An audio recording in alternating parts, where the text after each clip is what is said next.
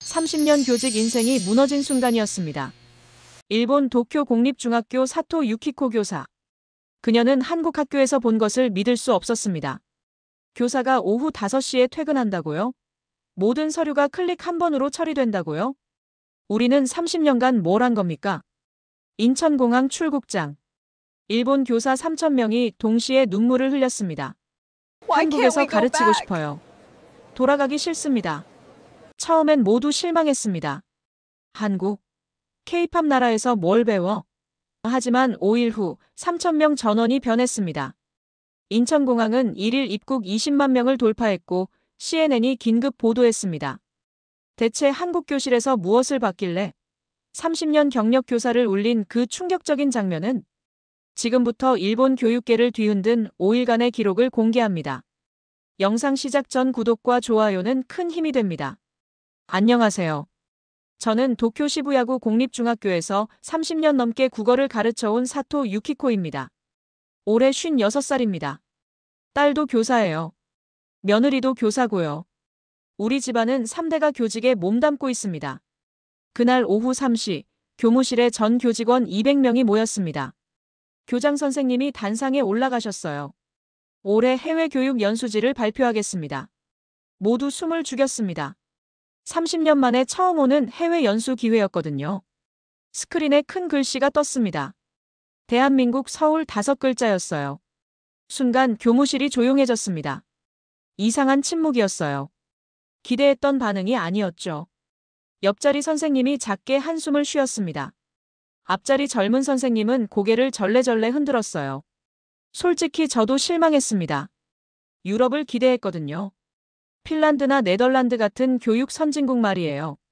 아니면 미국 명문 사립학교라도요. 그런데 한국이라니요. 한국에 대해 아는 게 별로 없었습니다. K-팝, 드라마, 젊은 사람들이 좋아하는 거잖아요. 교육 선진국이라는 이미지는 전혀 없었어요. 경제 발전은 많이 했다지만 교육은 글쎄요. 뒷자리에서 누군가 작은 목소리로 말했습니다. 한국에서 뭘 배운다는 거야? 다른 선생님이 맞장구 쳤어요. 거기도 입시 위주 아닌가? 교장 선생님이 설명을 이어가셨습니다. 한국의 디지털 교육 시스템이 최근 세계적으로 주목받고 있습니다. 첨단 기술을 교육에 접목한 사례를 배워올 예정입니다. 하지만 아무도 관심 없어 보였어요. 교무실 분위기가 싸늘했습니다. 30년 교직 생활 동안 이런 분위기는 처음이었어요. 회의가 끝나고 복도를 걸었습니다. 30년 지기 동료 선생님과 마주쳤어요. 유키코 기대했는데 실망이네. 유럽 갈 줄 알았어. 저도 쓴웃음을 지었습니다. 나도 그래. 뭐, 그래도 가는 거지. 집으로 돌아가는 전철 안에서 창밖을 봤습니다. 도쿄의 익숙한 풍경이 스쳐 지나갔어요. 마음이 무거웠습니다. 30년 만에 온 기회인데 이렇게 된 거죠. 집에 도착해서 남편에게 말했습니다. 해외 연수가 한국이래. 남편도 어리둥절한 표정이었어요. 한국? 거기 교육이 유명한가? 우리 부부는 한국에 대해 거의 몰랐습니다. 딸에게 전화했어요. 딸도 교사거든요. 엄마, 한국 연수 가신대요? 거기 K-팝 아니에요? 딸도 별 관심 없어 보였습니다. 출발까지 2주 남았을 때 교육부에서 두꺼운 책자가 왔습니다. 한국 교육 시스템 안내서였어요. 읽어봤습니다. 전국 모든 학교의 초고속 인터넷, 학생마다 태블릿 지급, 디지털 교과서 같은 내용이 빽빽했어요. 진짜일까? 반신반의했습니다. 종이에 쓰인 건 그럴싸해 보여도 현장은 다를 테니까요. 출발 전날 밤 침대에 누워 생각했습니다. 그냥 일주일 여행 다녀온다고 생각하자. 큰 기대는 하지 말자. 하지만 저는 그때 몰랐습니다. 이번 여행이 제 30년 교직관을 완전히 뒤흔들 거라는 걸요. 모든 게 30분 만에 바뀌었습니다. 출발 당일 아침, 나리타 공항이 북적거렸어요. 전국에서 모인 교사 3,000명이 한 곳에 모이니 장관이었습니다. 도쿄, 오사카, 후쿠오카, 삿포로에서 온 선생님들이었어요. 공항 로비에 일본 언론사들이 나와 있었습니다. 카메라가 우리를 향했어요. 기자 한 명이 마이크를 들이댔습니다. 3,000명이나 한국에 가시는 이유가 뭔가요? 아무도 대답하지 않았어요. 사실 우리도 잘 몰랐거든요. 비행기에 올랐습니다. 2시간 30분 비행이었어요. 옆자리에는 교토에서 온 50대 선생님이 앉으셨습니다. 기대 안 하는 게 나을 것 같아요. 저도 고개를 끄덕였죠. 인천공항에 착륙했습니다. 비행기 문이 열렸어요. 복도로 걸어 나갔습니다. 그때부터였습니다. 뭔가 달랐어요. 복도 양쪽 벽면에 거대한 디지털 스크린이 펼쳐져 있었습니다. 한국의 사계절 풍경이 선명한 영상으로 흘러나왔어요. 천장은 유리였습니다. 자연광이 쏟아져 들어왔죠. 와, 박내. 누군가 감탄했습니다. 입국장으로 가는 길이었어요. 갑자기 하얀 로봇 하나가 다가왔습니다. 키는 150cm쯤 됐어요. 로봇이 우리 앞에 멈춰 섰습니다. 그리고 또렷한 일본어로 말했어요. 어서 오십시오. 입국 심사대는 이쪽 방향입니다. 옆에 있던 선생님이 깜짝 놀라 뒤로 물러섰습니다. 저도 놀랐어요. 로봇이 이렇게 자연스럽게 안내한다고요? 일본에도 로봇 기술이 발달했지만 공항에서 실제로 운영되는 건 처음 봤습니다. 입국 심사대에 도착했어요. 줄을 서지 않아도 됐습니다. 자동화 게이트가 줄지어 있었거든요. 여권을 스캔하고 지문을 찍으면 문이 자동으로 열렸어요. 제 차례가 됐습니다. 여권을 대자 화면에 제 정보가 떴어요. 지문을 찍으라는 안내가 나왔습니다. 손가락을 갖다 댔죠. 바로 환영합니다라는 메시지와 함께 문이 열렸어요. 30초도 안 걸렸습니다. 빠르네. 뒤에서 누군가 중얼거렸어요. 입국장을 나섰습니다. 더 놀라운 광경이 펼쳐졌어요. 공항 곳곳에 외국인 관광객들이 가득했습니다. 유럽 가족들, 동남아시아 커플들, 중동 비즈니스맨들까지 정말 다양했어요. 안내 데스크를 지나갔습니다. 직원이 유창한 영어로 유럽 관광객들에게 설명하고 있었어요. 명동까지는 지하철로 1시간 정도 걸립니다. 유럽 관광객이 환하게 웃었습니다. 한국 교육청 관계자들이 우리를 기다리고 있었어요. 큰 현수막을 들고 있었습니다. 일본 교육자 여러분 환영합니다. 한자와 일본어로 정성스럽게 쓰여 있었어요. 관계자 한 분이 앞으로 나왔습니다. 40대 남자분이었어요. 깊숙이 인사했습니다. 먼 길 오시느라 수고 많으셨습니다. 일주일 동안 편안한 일정이 되도록 최선을 다하겠습니다. 일본어 발음이 거의 완벽했어요.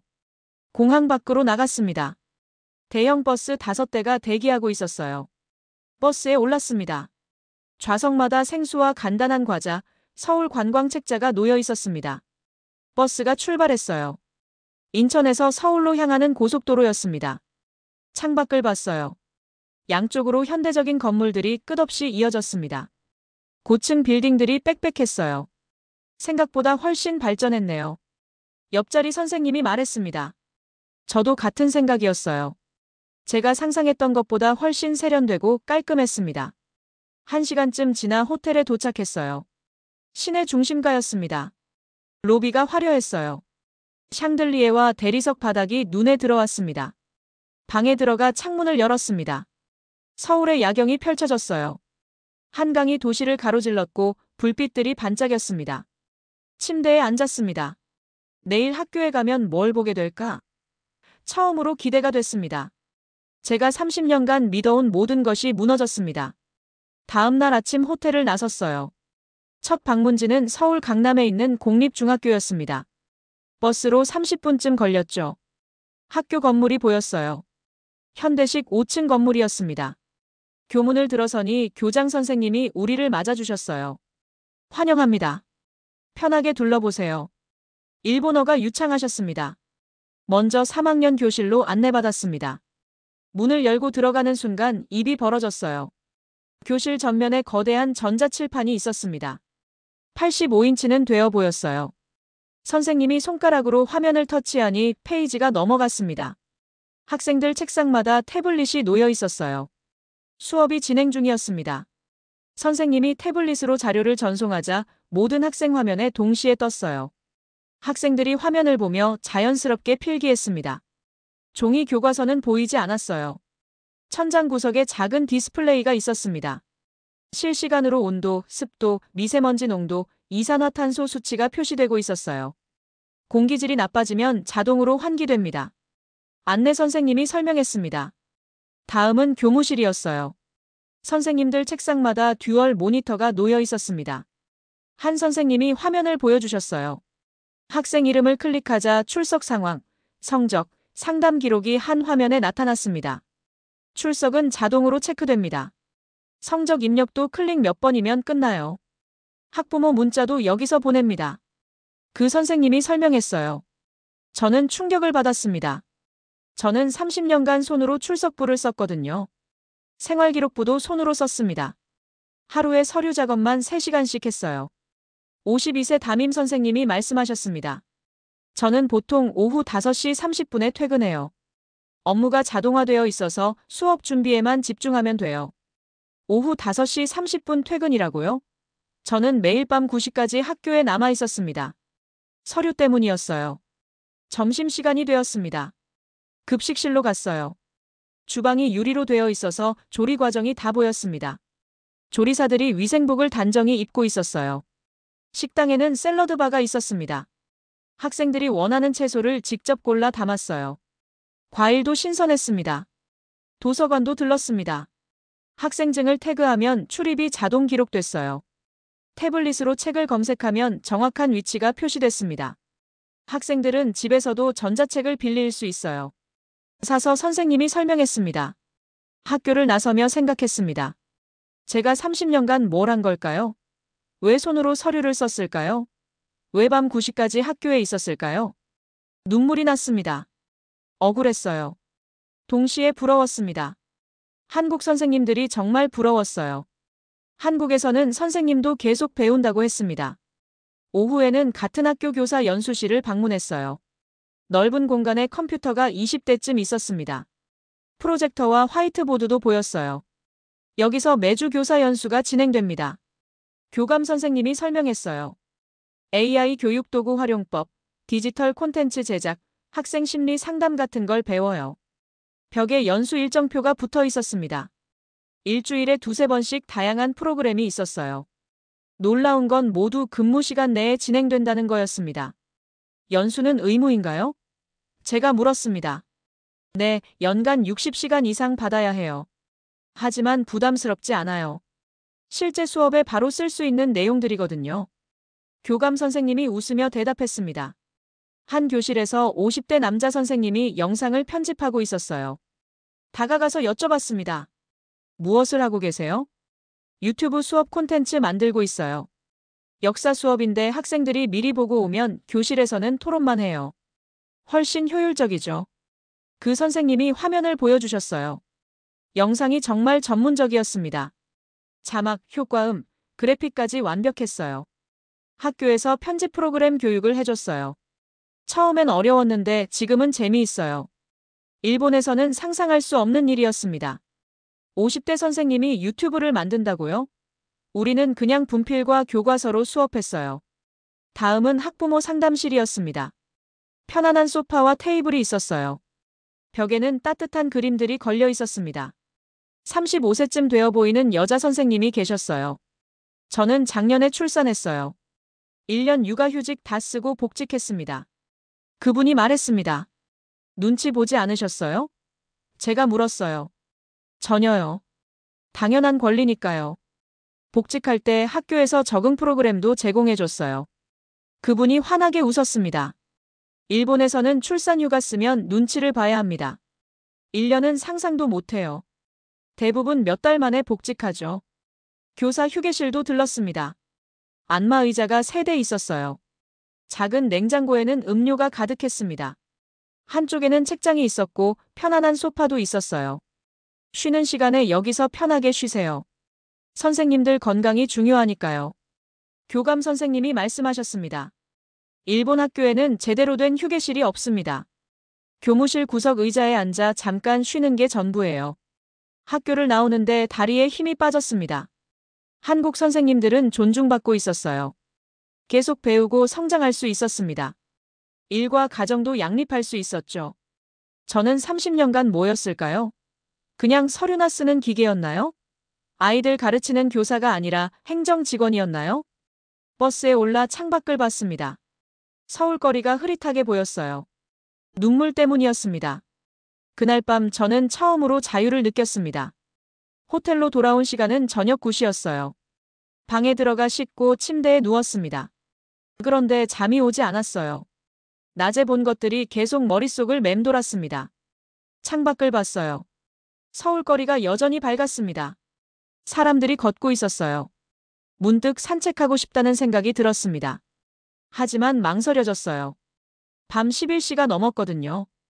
일본에서는 이 시간에 혼자밖에 나가지 않습니다. 특히 여자는 더욱 조심해야 하죠. 프론트에 전화를 걸었습니다. 근처 산책해도 안전한가요? 직원이 밝은 목소리로 대답했어요. 물론입니다. 매우 안전해요. 편하게 다녀오세요. 용기를 내서 밖으로 나갔습니다. 로비 직원이 인사했어요. 산책 즐기고 오세요. 호텔 문을 나서니 은은한 가로등 불빛이 거리를 밝히고 있었습니다. 보도가 깨끗했어요. 그때 놀라운 광경을 봤습니다. 30대쯤 되어 보이는 여성이 혼자 조깅하고 있었어요. 이어폰을 끼고 편안하게 달리는 모습이었습니다. 조금 더 걸어가니 젊은 부부가 유모차를 밀고 산책하고 있었어요. 아기는 유모차 안에서 평화롭게 자고 있었습니다. 일본에서는 상상할 수 없는 장면이었습니다. 밤 11시에 여자가 혼자 조깅을, 아기를 데리고 산책을, 10분쯤 걸으니 24시간 편의점이 보였어요. 밝은 불빛이 새어나왔습니다. 안으로 들어갔어요. 어서 오세요. 20대 여성 점원이 밝게 인사했습니다. 밤 11시가 넘었는데도 전혀 지쳐 보이지 않았어요. 삼각김밥 하나를 샀습니다. 편의점 앞 테이블에 앉아 먹었어요. 옆 테이블에는 20대 여성이 혼자 앉아 있었습니다. 컵라면을 먹고 있었어요. 말을 걸었습니다. 혼자 계세요? 무섭지 않으세요? 그 여성이 웃으며 대답했어요. 저 학원 강사예요. 수업 끝나고 집 가는 길이에요. 여기는 안전해서 걱정 없어요. 밖으로 나왔습니다. 거리를 걷는데 2분마다 경찰 순찰차가 지나갔어요.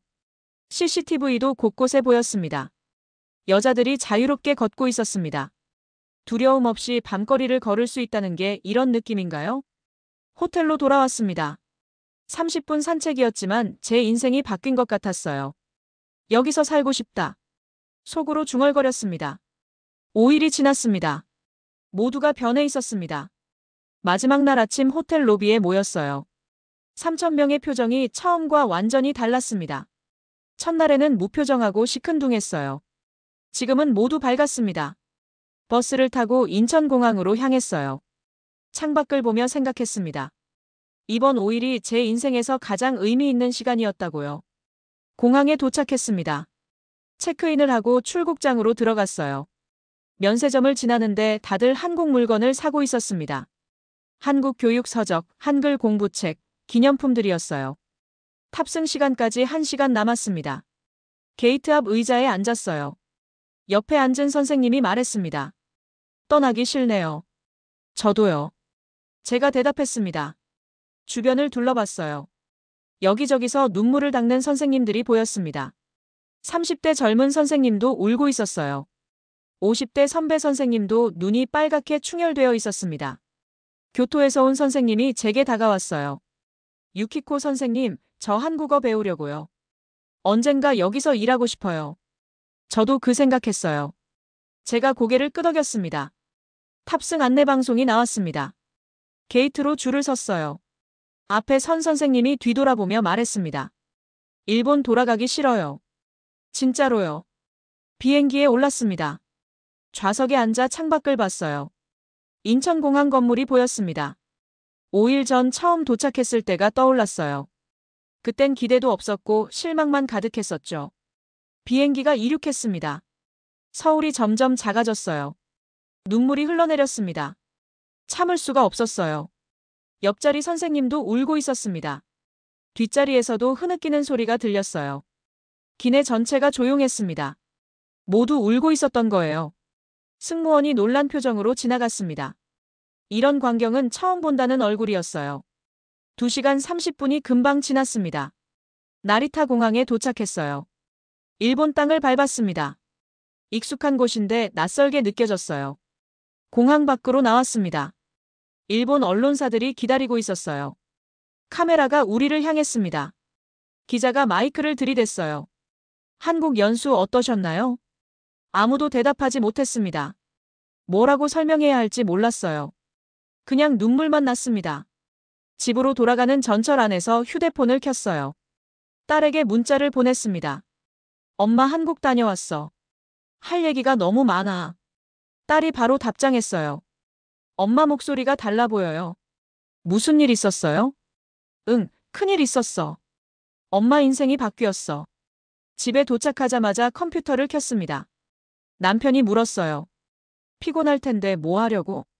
저는 대답했습니다. 써야 해요. 지금 안 쓰면 후회할 것 같아요.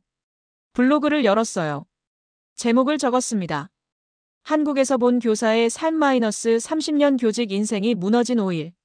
손가락이 저절로 움직였습니다. 첫날 실망했던 이야기, 인천공항에서 본 로봇, 전자칠판이 있는 교실, 오후 5시 30분에 퇴근하는 선생님, 밤 11시 혼자 산책한 이야기까지 모두 썼어요. 새벽 3시였습니다. 5시간 동안 쓴 거예요. 글을 다시 읽어봤습니다. 눈물이 났어요. 올리기 버튼을 눌렀습니다. 다음 날 아침 일어나 휴대폰을 확인했어요. 알림이 200개 넘게 와 있었습니다. 블로그 조회수를 봤어요. 10만이었습니다. 하룻밤 사이에요. 댓글이 5,000개 달려 있었어요. 대부분 교사들이었습니다. 저도 한국 가고 싶어요. 진짜인가요?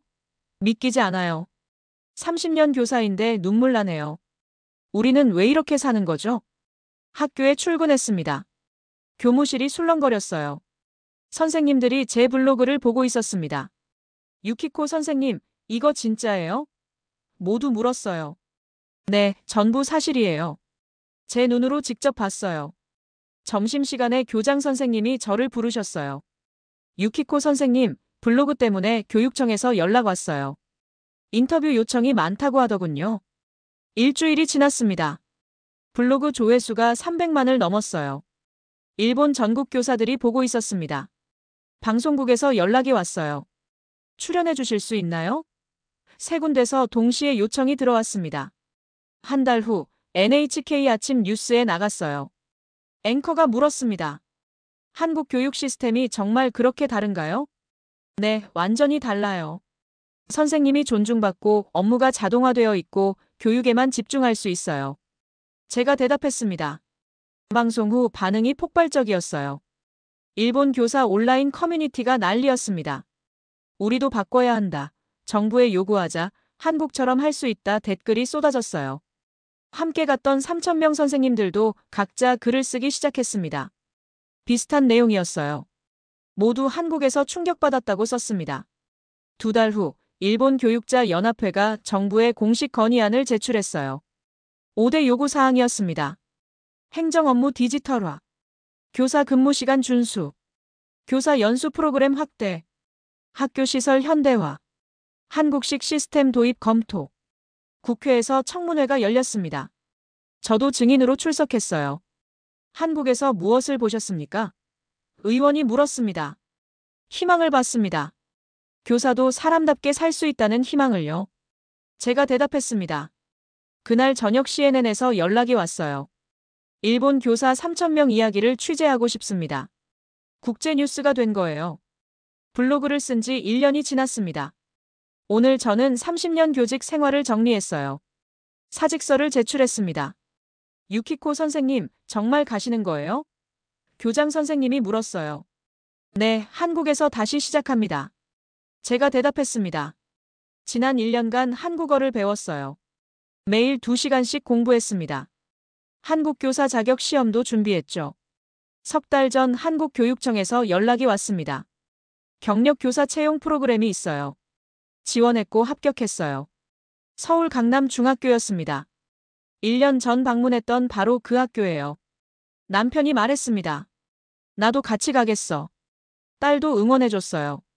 엄마 멋있어요. 56에 새로 시작하다니. 함께 갔던 3,000명 중 1,500명이 한국교사 자격과정을 문의했습니다. 300명이 실제로 준비 중이에요. 일본 교육계도 변하기 시작했어요. 몇몇 학교에서 디지털 시스템을 도입했습니다. 느리지만 변화가 일어나고 있었어요. 오늘 오후 인천행 비행기를 탑니다. 편도 티켓이에요. 나리타 공항에서 비행기에 올랐습니다. 1년 전 이곳에서 울었던 기억이 나요. 이번엔 웃고 있었습니다. 비행기가 이륙했어요. 2시간 30분 후 인천공항에 도착합니다. 새로운 학교, 새로운 학생들이 기다리고 있어요. 56살에 시작하는 제2의 인생입니다. 30년 교직 생활 중 가장 잘한 결정입니다. 1년 후 여러분 서울에서 만나요. 구독과 좋아요 부탁드립니다.